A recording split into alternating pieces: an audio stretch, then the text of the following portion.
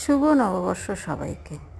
আমরা এখন রেডি হয়ে গেছি মন্দিরে পুজো দিতে যাব বলে। এই দেখো বিশ্বজিৎ এখন ডালা সাজাচ্ছে গণেশ লক্ষ্মী। এই গণেশ লক্ষ্মীটা কালকে রাত্রিবেলা কিনে নিয়ে এসেছে। আমারও যাবার কথা ছিল, কিন্তু আমি আসতে দেরি করেছি বলে আমার যাওয়া হয়ে ওঠেনি।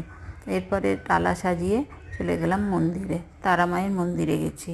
অন্যবারে রাম মন্দিরে যাই, এবারে রাম ঠাকুর এখনও আসেনি, সেই কারণে তারামায়ের মন্দিরেই গেছি।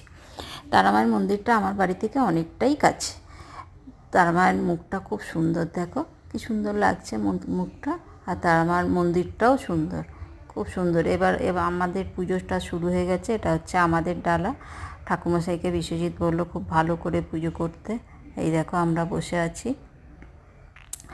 তারপরে আমরা গেলাম পাশেই আর কি, বাইরেটায় ধূপ দেখানো হচ্ছে, ওখানটায় আমরা ধূপ দেখিয়ে নিলাম।